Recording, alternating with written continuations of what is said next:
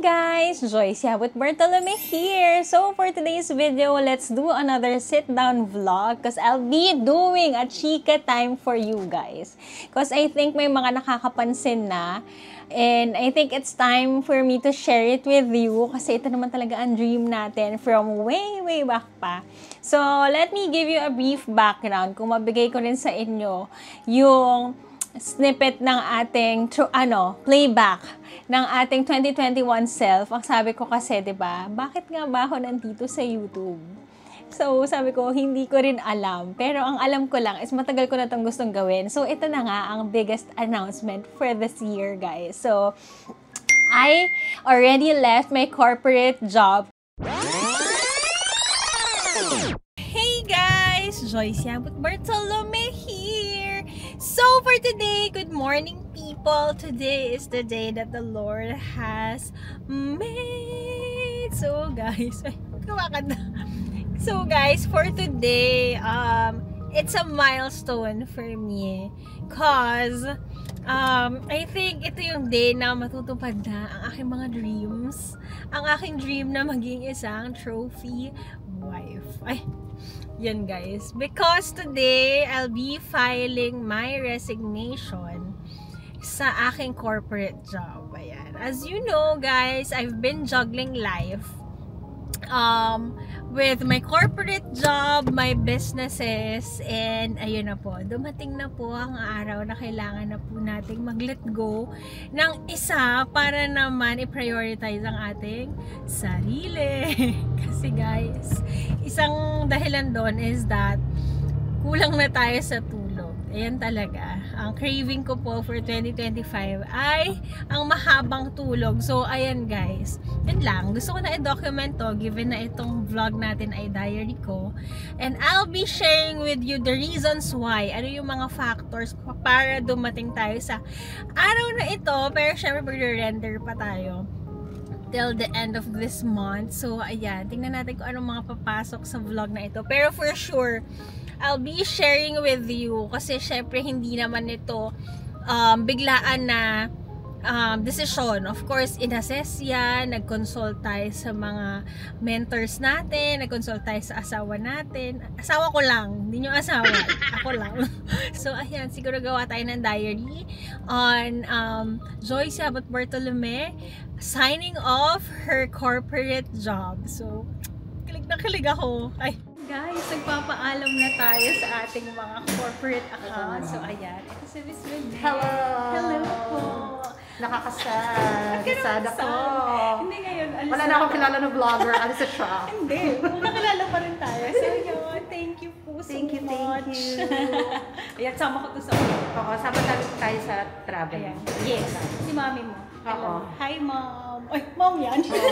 Hello, guys. So, for today, it's our last day of work sa journey natin ng pag-alis sa corporate. Sinasama ko kayo. And guys, itong car na to, last day niya na dito sa parking space ko. Twice na nangyari to na magpapaalam ako sa kanya. Pero this time, it's real, alam mo yon. It's been 4 years na ito yung kasama ko sa work, kasama ko mag-drive. Nakakasipangs din pala yun. Kung nanonood dito yung beshi kong si Sarah, gets niya yan. Yung kinakausap pa yung kotse mo na, uy, salamat. Kasi syempre, di ba, ito yung nag-keep sa'yo ng safe, ito yung sumama sa inyo sa work.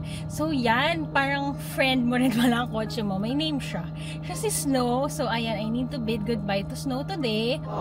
Ayan, because we have other plans in life. So there, ayan, lang, document lang natin kasi kailan ba or kami lang ba yun or kayo rin yung may mga name yung things nyo, yung mga car nyo, yung mga ganyan nyo. So yan, mag-drive na tayo to work and say goodbye sa ating last day, mag-turn over na tayo ng things. So ayan, abangan ko anong mangyayari today and then let's do another chika time.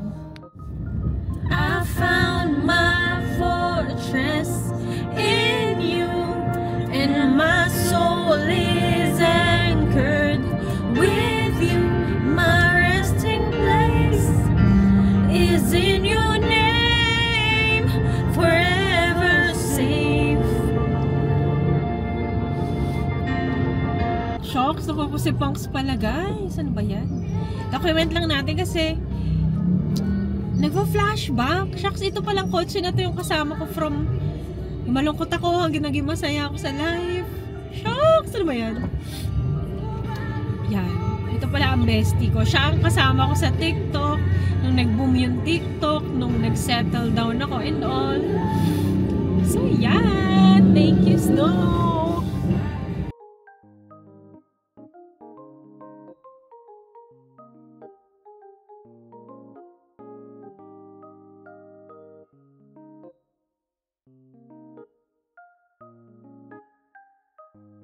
And, ayan na. Kasama ko ng aking sundo for today's video. Nasundo po tayo ni Mr. Jelazone. So, that's it. And, ayan. After nito, I'll be sharing with you, or baka mauuna yon, ang aking story time as to why tayo umalis sa corporate. So, ayan! Ano pala yon? Half-half pala yung feeling, no? Pero, syempre, excited sa next chapter. So, ayan. Bye! So, ayun na nga. So, sa mga may haka-haka dyan, na ako po ay umalis na sa corporate job and living the trophy wife life. The dream. Pero yun nga. Syempre, hindi tayo trophy wife, no? Housewife, hindi rin. Wife, ayan. Proud wife. Yun na nga. Umalis na nga po tayo sa corporate job. Ano masasabi nyo? Ready ba kayo? So, it's March now, guys. So, nag-end ako sa aking corporate job ng January na 31. May 31 ba? So, yun. Nag-end ako ng January. So, hindi ko muna siya in-announce sa inyo, guys, ng Feb kasi pinakiramdaman ko. And yung calendar ko talaga ng Feb ay sobrang jam-pack talaga siya. So, ayun na nga. So, ito na nga ang chika natin, guys. Comment down below kung nagulat ba kayo. Comment down below kung anong masasabi nyo bago tayo magtuloy. Pero I'll share with you yung happiness sa puso ko ngayon and kung ano mga plans ko at maaabangan nyo sa akin for this year. So, ayan, kasi, background lang, I'm a communication arts student. Graduate pala, no student, graduate. In 2013, nag-graduate ako, guys. Tapos, ang dream ko talaga is to be a director. Parang nasa side talaga ako ng pag-film, pag-edit, basta nag-excel ako in college sa radio production, sound director, anything na ipag-direct mo ko, yan ang dream ko.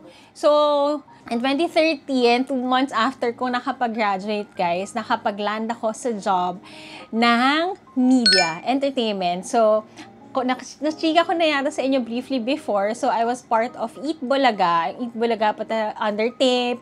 Eat Bulaga sa Channel 7 sa GMA. So, yan. I was a VTR assistant under sa parang working hand in hand with the director. So, it was the dream. Tapos, I was able to handle then people, work with different kinds of people. Kasi nga, saka iba-iba yung trabaho. Pero, parang nag-last lang ako doon sa entertainment industry for about 3 years, guys. Kahit, di ba, kahit ang saya, kasi parang araw-araw nakakita ka ng artista, nakakapag-work ka with the artistas. Pero talaga, when it comes to television, talagang ika-climb mo yung ladder. Like, you go to be, you'll be an assistant, di ba? Parang yung iba yan, guys, ha? Kasi if you go to a network, may mga network na talagang pahihirapan yung mga assistants nila, may mga magtitimpla na kape, yung mga ganong norm. Parang I think may mga ganon, pero hindi ko naman yun na-experience, guys. Sa amin naman, iba rin ang culture. Okay naman siya, guys. It's just that, yung money-wise, if you wanna go up, climb up, medyo mahirap. Kasi like yung mga people doon, 20 years na sila in service, 30 years na sila in service, before silang nandun na. So, syempre, ako naman, dahil alam ko naman ang aking mga luho. Wow. Alam ko naman ang aking mga happiness. Like, I really wanna travel. Like, college pa lang, nagta-travel na ako, guys. Kung naisama ko lang kayo. Ganon. So, parang yung lifestyle that I want, hindi niya kayang i-sustain given the salary doon. So, I looked for another opportunity, a greener pasture, parang na-double yung salary ko, ganyan. Nakapasok naman ako sa digital marketing naman. So, na-open na ang mind ko about it. International kasi yun. Nasa Scotland yung boss ko noon, tapos I edit for him. Ganun yung ginagawa ko, guys. So, technically, nasa social media na pala ako way back. 2016 yon. So, nag-edit na ako, nag-aaral na ako ng YouTube, paano ba i-grow ang YouTube, yung mga ganyan. Na, yun nga, kita ko nga na mahirap talaga sa YouTube. You need to be consistent. So, ayan, nakapasok ako doon. Hanggang sa napunta naman ako sa industry ng sales and marketing. Kasi yung iba naman, parang, Joyce, very ba't ka nasa opisina? Parang I see you sa field, talking to different kinds of people. Tapos, parang magaling ka mag-sales, magbudol. Ganun ba yun?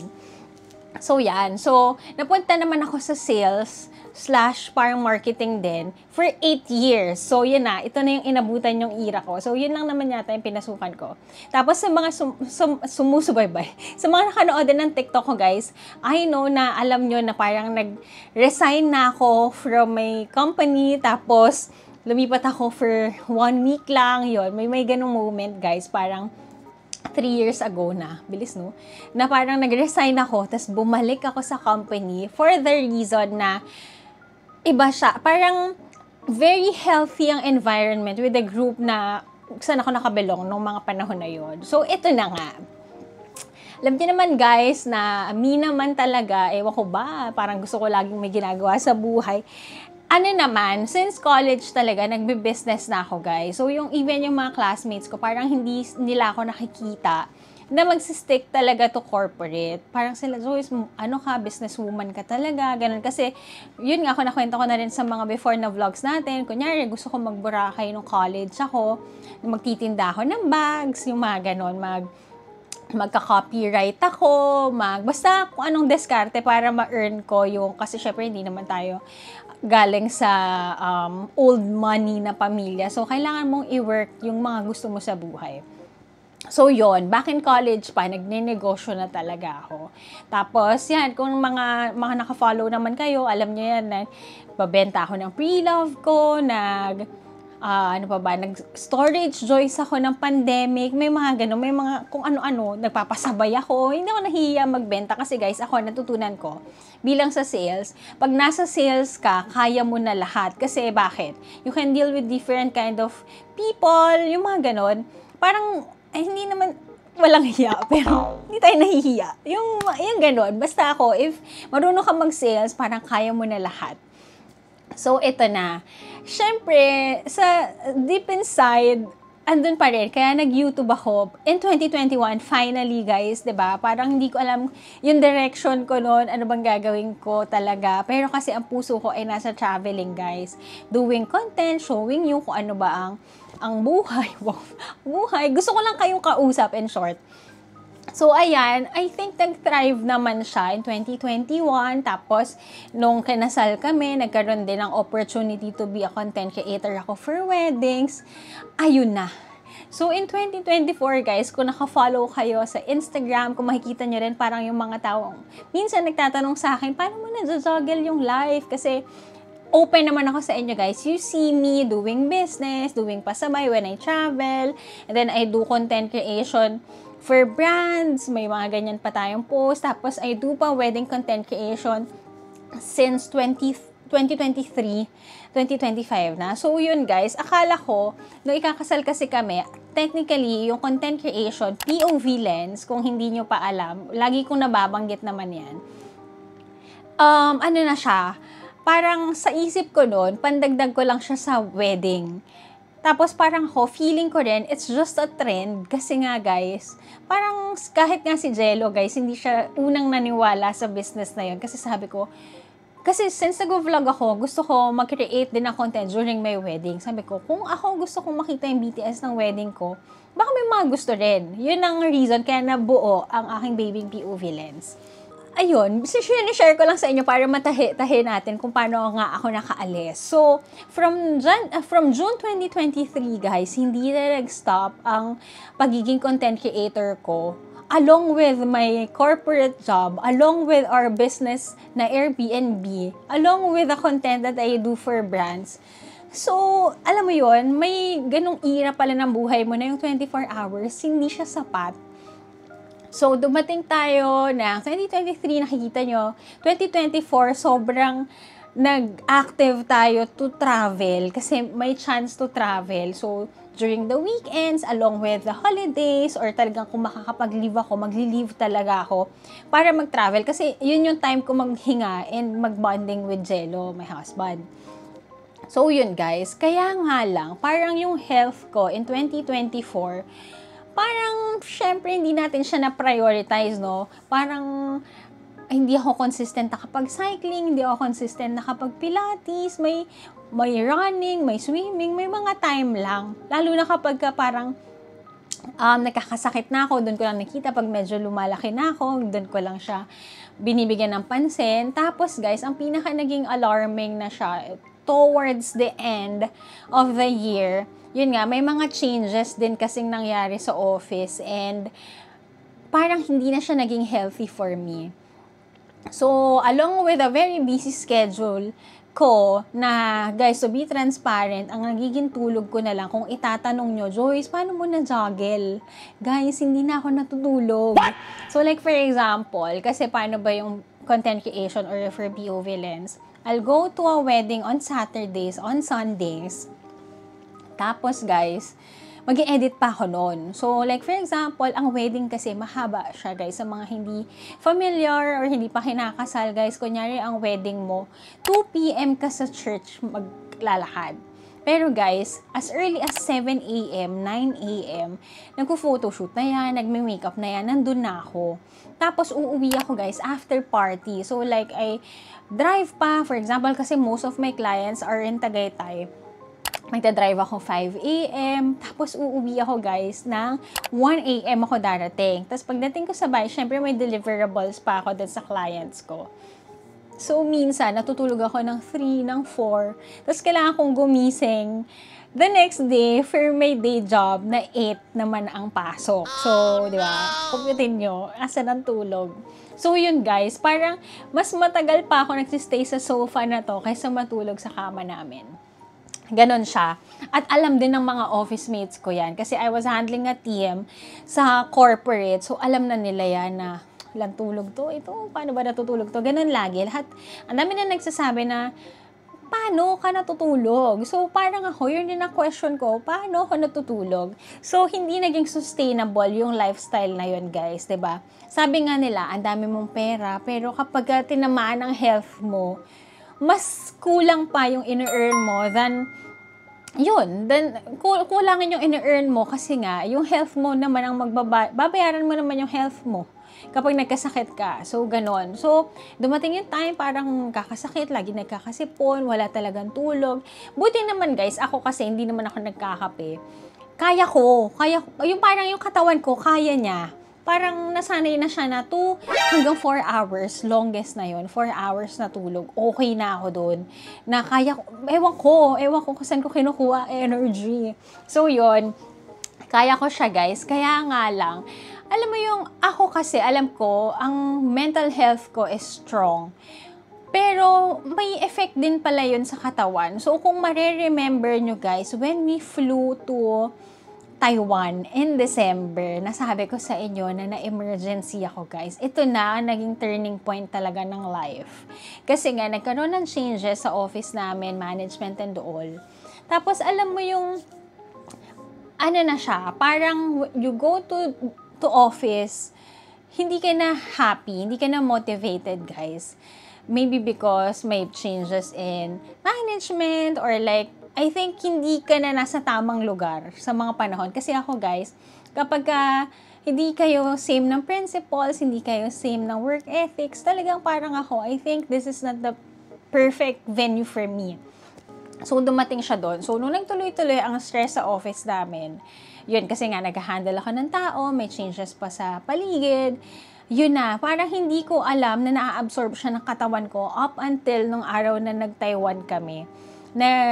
Kung nag-a-anxiety kayo guys, or kung na-experience nyo yun, na-experience ko siya for the first time. Like, akala ko guys, ano na ako talaga, mag-say goodbye na ako sa inyo. Kasi, akala ko magpa-pop talaga magpa-pop ako nung mga oras na yun. Hindi ako magpa-fly sa Taiwan, but napunta talaga tayo sa emergency.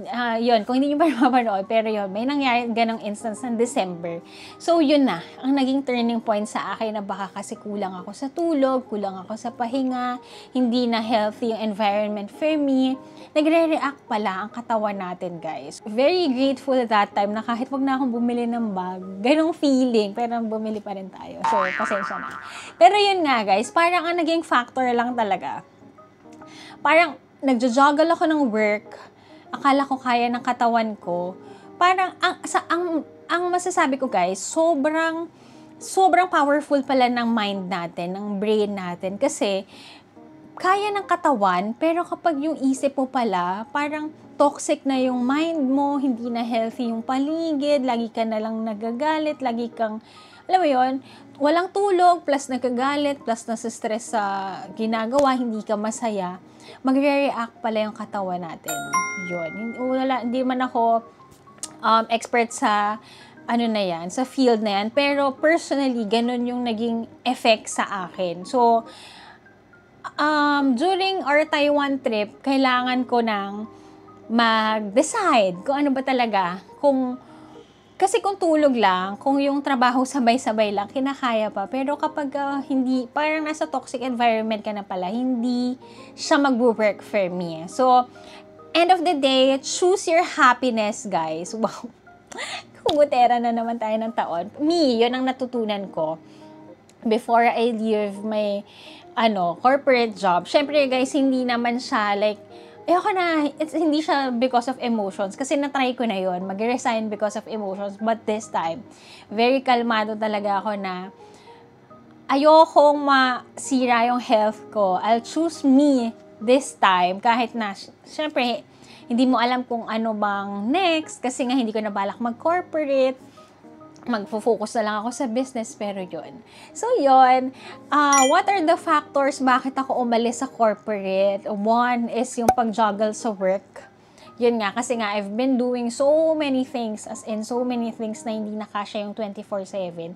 Hindi tayo sa OA, pero guys, kasi, alam mo yun, papasok ka ng 8 to 5. Sabi mo, papasok ka ng 8 to 5. Pag uwi mo, gagawa ka ng content for a brand, gagawa ka ng work mo for the Airbnb, tapos syempre wife ka pa, magtatrabaho ka pa sa bahay, meron pa kayong fur baby, syempre kailangan mo rin makipag-social. Di ko na nagawa yun, guys. So nahirapan ako doon kasi nakafocus talaga ako sa business. Kasi business, even minsan weekday, there are days na I get to choose kung mag-leave ba ako sa work. Syempre responsible pa rin tayo na you do everything. Hindi mo iiwanan hanging yung corporate job mo. Pero kailangan kong mag-choose kasi meron akong bookings ng weekday. So, for me rin, work ethics for me, parang if hindi ko na kayang ibigay yung 100% ko sa isang bagay, I think it's time to go. Kasi syempre, binabayaran ako, sinisweldohan ako doon, tapos hindi ko masusukli sa kanila yung 101% ng focus ko. I think it's not fair for the company as well. So, isang factor din yon. Next naman, another reason, yun nga, malaking factor din pala guys, yung mga people that you work with.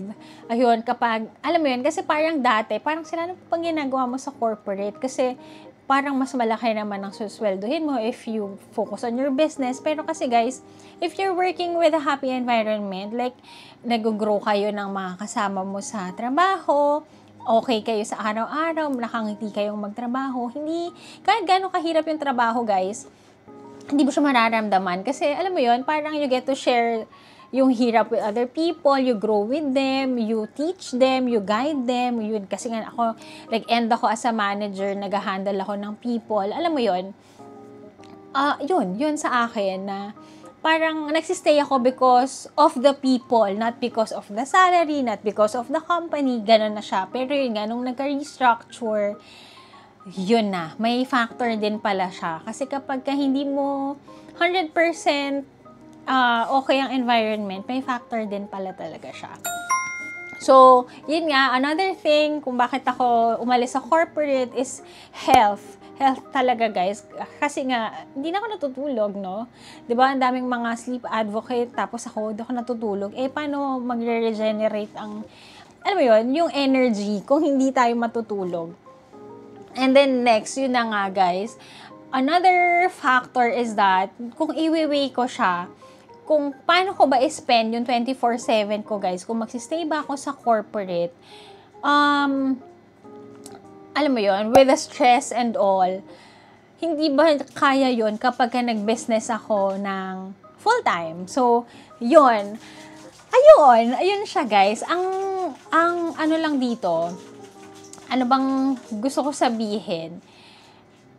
When you have options, guys, you have the opportunity to get out of your comfort zone. So, lakasan lang ng loob talaga. Kasi, now, guys, I transition from being in corporate, now focusing on my business, specifically in content creation. Ayan guys, kung wala rin naman kayo, hindi kayo nanunood, hindi rin lalakas ang loob ko. Kung walang brands na nakipag-work with me, hindi ako maglalakas loob. Alam mo yon, kung tatanungin nyo ako, hindi ka ba natakot? Guys, December, as in parang tatakot ako kasi alam ko yung lifestyle ko, alam mo yon, masusustain ko ba, kakayanin ko ba, pero end of the day, winay ko lang siya kung health na ang pinag-uusapan, di ba? Aanhin ko yung sobrang daming pera na alam ko na makikitain ko, kakayanin kong kitain pag umalis ako ng corporate. Just as long as healthy ako, healthy ang mind, ang physical, nakakapag-spend ako ng time with family. Yun, doon ko siya winay. So yan, kahit may mga takot guys, ang mapapayo ko lang sa inyo, kapag may mga bagay na kinakatakot kayo, that's the time to jump. Kasi when you stick to your comfort zone, marami kang what if. True, kasi parang hindi lahat may gift to do business. Bakit? Kasi there are people na, well, kung magaling ka talaga dun sa industry na yun, go ahead. If you see yourself climbing up the corporate ladder, go ahead. Pero, yun lang, parang kung titingnan nyo all the time, kunyari makinig kayo ng mga life coach, business coach, yung mga talagang nag-fly sa buhay, ang masasabi ko talaga guys, wala sa corporate world ang pag-angat. Well, ako lang yun. I don't know, fight me, charot. Yun nga, pero ako, kung makakapayo ako, if you have the courage and, yung courage and purpose, why ka magbe-business or while you'll do content creation or kung ano mang industry mo gustong pumasok na sa sarili mo, go ahead. Go for it, guys. Kasi, ngayon, ang na-experience ko, guys, I get to sleep whenever I want. I get to nap in the afternoon.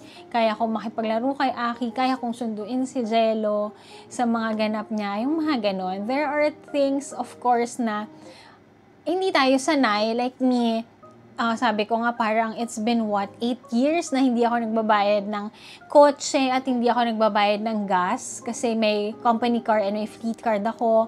There are revolving fund na pwede akong kumain dito when I'm with a client for a meeting. May mga ganon, may mga need kang i-let go na parang minsan, di ba, may kotse ka na, may free ka pang gas, tapos alam mo na yung ginagawa mo, talagang expert ka na sa sales, or alam mo yun, alam mo na kung paano yung galawan, pero you tend to get out of your comfort zone. Bakit? Kasi malaki pa ang mundo, malawak pa ang mundo, at may mga bagay ka pang kayang i-offer. Wow!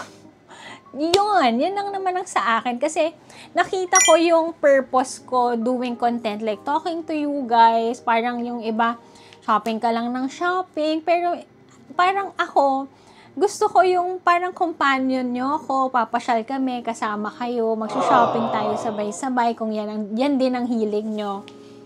So yun, kung gusto nyo lang makinig, kung may makuha man kayong something inspiring sa mga sit-down vlogs natin, yun ang purpose ko guys. Diba nga sabi ko sa inyo, this is my diary, pero grateful ako kung may manood mang isa. Sige, 2, kasi si Jello manunood siya. Siyempre, ikaw na yung isa. So yun, sobrang grateful ako guys, pero huwag kayong umalis sa corporate job nang wala kayong plan B, C, D, E, F, G. So yun guys, kung tatanungin nyo ako kung paano ko kinaya, sa totoo lang, lakas ng loob at support system, especially si Jello, very grateful ako sa kanya kasi, wow, baka mag-iyak. Joke lang. Pero, very grateful ako. Kasi nung sinabi ko sa kanya one day, honey, aalis na ako sa corporate job kasi nga, tinatamaan ako mentally, na alam ko namang malakas ang mental health ko. Ba't ako iiyak naman? Pero alam mo yon, hindi siya nag-doubt sa akin. Sinabi niya, go ahead.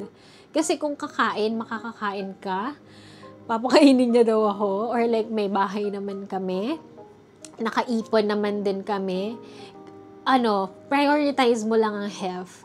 Yun ang pinakamagandang narinig ko kay Jello. And alam niya rin yung capability ko, may tiwala siya sa akin doon, na hindi ka naman tamad na tao. Like, hindi mo rin naman hahayaan na hindi mo masustain yung life na gusto mo.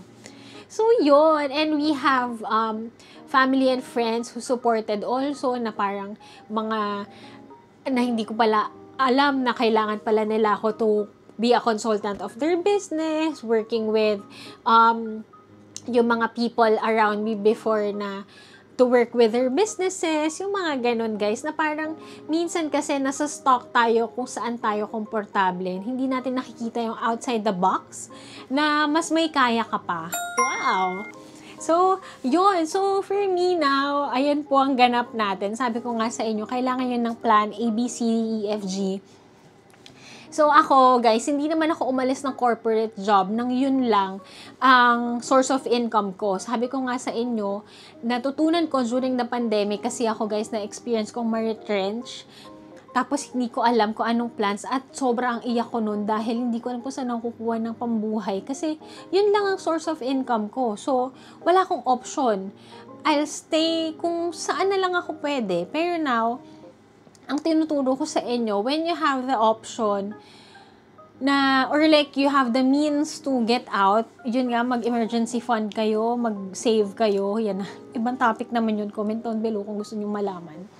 Yun, do it guys. Kasi I know there are a lot of people now na kahit ayaw niya nang gumising sa umaga at pumasok sa trabaho na yun dahil wala siyang ibang choice, nagsistay. Hindi lang sa trabaho, sa buhay. Ayun, parang minsan, parang hindi mo na alam yung worth mo pero nagsistay ka just because wala kang option. So, make plan A to Z, guys. So, yun, what I'm currently doing now and what are the sources of income, i-share natin yan on a different vlog kung gusto nyong financials naman. Isama natin si Jello dahil yan naman ang ating finance guy. So, yun guys. Pero ngayon, just to share with you, hindi ako umalis ng corporate job nang yun lang ang source of income ko. Now, I have 6, magsi-7 streams of income. So, yan. Mag-comment na lang kayo. Baka mabore kasi kayo pag yun ang kinuwento ko. Pero yun, what I'm currently doing, anong mas aabangan nyo sa akin ngayon, hindi ko pa kasi ma-all out no? Pero ito na. This is my life entrepreneur / content creator era. Yan ako. Anong era man yan? Yung trophy wife sana naman, Jello, ibigay mo na sa akin. Pero okay na rin to. Basta nakakatulog tayo. Yun lang talaga ang natin. Kung tatanungin nyo ako, kamusta ba Joyce? Yung kinikita mo ba sa corporate nun, guys? Nasa sayo yan, as a freelancer, ako ngayon, guys, sabihin natin, kaya niya pang higitan. Depende kung gagalaw ako, diba? Nasa sayo yan, guys. Ikaw ang magde-direct ng buhay mo. So, ngayon, ano bang dream ko? Mag-direct, not just for content. Mag-direct ng buhay kung ano ba yung life na gusto ko. Pero yun, guys, yun lang naman ang gusto kong sabihin sa inyo na be the best version of yourself. Kasi may mga bagay na baka hindi mo alam na kaya mo, pero kaya mo pala. So, dati natatakot ako to jump, to have that leap of faith, na, sa corporate na lang ako. Kasi, alam ko na alam mo yun, parang may range ka na kapag ganito yung ginawa ko, ganito yung kikitain ko, libre pa ganito, libre ganyan. Pero guys, huwag ka mabuhay sa ganun. Kapag kaya mo at alam mong mas may kaya ka pa, do it. Kasi, alam mo yon, baka may mga pintuan tayong hindi nabuksan sa mga panahon na nasa comfort zone lang tayo. So, ngayon, guys, hindi lang pinto, pati mga bintana ay nagbukas na. Kasi, yung oras ko before na, yung 8 to 5 ko, guys, na-utilize ko na siya to different jobs, to businesses. Alam mo yon. So, huwag ka matakot. Basta may tiwala ka sa sarili mo at tiwala sa taas, Kaya mo yan. So, yun. If this is your sign, kasi, alam mo yun, hindi naman lahat kaya mag-freelance, no? Pero if you know na kaya mo yan, di ba? Kaya natin to. Tsaka na ulit tayo magbalitaan ng anong ganap sa buhay natin. So, ano na nga ba ang ganap ko sa buhay ngayong 2025? Baka may mga naghahanap dyan ng travel, hinahanap ko rin yon. Para nag-stop tayo ng Europe, pero magsisingit tayo this March. Tapos, meron tayong major travel ng April. So, yon. You'll see me more vlogging, guys. Sana. Kasi nga, syempre, bukod sa may brand ko, ako, meron pa akong wedding, meron pa akong mga kinokonsultahan na mga business for content creation also. I'm so grateful to be working with different kinds of people na na-empower din ako at na-open yung mind ko na, kaya pala sila successful kasi ganito. So, yon. I'm a vlogger. I'm a content creator full-time now. I'm a businesswoman as well. Meron tayong POV Lens. Yon, content creation plus business and wedding. We also have our Airbnb at Nami's Pad. Ano pa ba? And we'll be launching another business this month na hopefully ay supportahan nyo rin in the future. So, yun guys. Hindi tayo nag-resign just because sumunod tayo sa uso and all. But, it's time to jump kasi kaya na. So, ayun. Siyempre, I'm a wife and a fur mom pa rin. Tapos, hindi natin alam in the future. Yun. Yan lang naman ang chika time natin for today's video. Medyo mahaba. Ano masasabi nyo guys? And comment down below kung ano pang mga gusto nyong malaman, ano bang mga payo nyo sa akin now that nag-jump na tayo sa pagiging misis. Wow. So you'll see me more doing wife life vlogs. Travel with Jello, of course. Siguro magsingit tayo or let me know kung gusto niya ba ng day in the life of a businesswoman also. Yung mga day in the life gusto niyo bang makita? Ayun, nasa era tayo ngayon ng growing and being a better version of ourselves. Ayan, so kung ano mang ma-miss ko sa corporate, no, syempre nami-miss ko yung mga katrabaho and yung mga people na gina-guide ko before. Iyak naman ako. Pero sabi ko naman sa kanila, I'll always be a friend or an ate. Ba't naiiyak? Sana di sila nanonood. Yun, kasi, yun nga, ang hirap din ma-attach kasi sa mga tao I made friends and nakapag-guide tayo na alam mo yon kasi hindi ko inaakala na when I told them na I'll be resigning kasi naku guys hindi ako ganito kakulit sa office like if you see me in the office work talaga like hindi kayang gawin yung alam mo yon talagang iba ako mag-work iba sa work pero yun, I'm very grateful naman to the people that I work with kasi may impact naman pala ang pag-stay ko sa corporate. Sobrang dami kong natutunan sa corporate, guys. Kung ano ko ngayon, kung sino ako, sino yung mga nakasalamuha ko na tao, ano ako kapag mag-open ako ng sarili kong negosyo and how I'll handle people. Bakit ako umiiyak? Ayun, syempre nakakamiss din kasi ang office mate ko ngayon ay si Jello at si Aki. Pero I think it's time to be with them naman kasi it's been years na parang border ka ba? So, hindi ko pa na-chika sa inyo in February kasi nga papakiramdaman pa kami ni Aki guys. Kasi si Aki nagtataka siya, nasa bahay ka? Nasa bahay ka? Parang ganun tinitingnan ni Aki kung kakausapin niya man ako verbally. So, yon umiiyak tayo pero alam mo, mas nasa happy side tayo ng life ngayon. We get to sleep. Diba? Kita nyo naman. Wow! Feeling! Yun! So, ayusin lang natin ang schedule sa mga naghahanap ng travel. Magta-travel na po tayo. Thank you so much for supporting the vlogs as well. Kung hindi pa kayo nakasubscribe, bakit? Mag-subscribe na kayo. So, yan. Nagtatanong ako sa inyo from time to time. We have our broadcast channel also in Instagram. So, nagtatanong ako kung saan nyo gusto akong pumunta. Nagsasabi din ako sa inyo kung anong mga ganap ko in life na hindi ko pa nachichika dito sa YouTube and on my IG stories. So, yan. Hopefully, guys, carry bells sa inyo ang ating bagong news.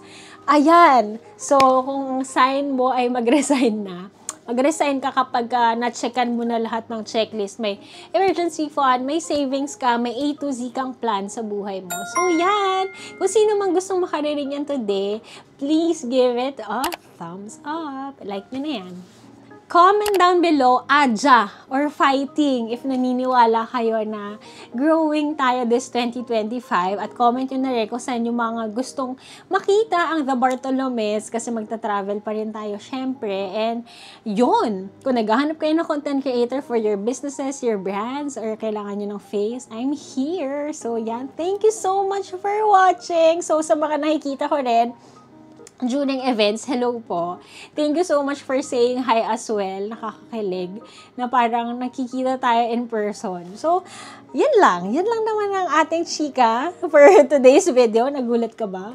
Nagulat din ako eh. So, yan. Nakaalis na tayo sa ating corporate job. Thank you so much for watching the vlog. You'll see me more sana dito, TikTok, IG, kung saan man. Ayun, don't forget to like, share, and subscribe to my channel and follow all my social media accounts at Yabut Joyce and on Instagram. And JY on TikTok. Bubuhayin natin ang ating TikTok, guys. Isishika ko sa inyo doon ang aking life era, ang ating content creator era doon, guys. So, yan. Follow me. And I'll see you on the next vlog. Travel related na to. Yan na. See you, guys. Thank you so much. Hoping to grow the YouTube community. Sana ka man lang maka 10K tayo this year, no? So, subscribe na kayo kung hindi pa kayo nakasubscribe. And yan. Comment kayo ng adya. Fighting. So, yan. See you, guys. Thank you. Bye!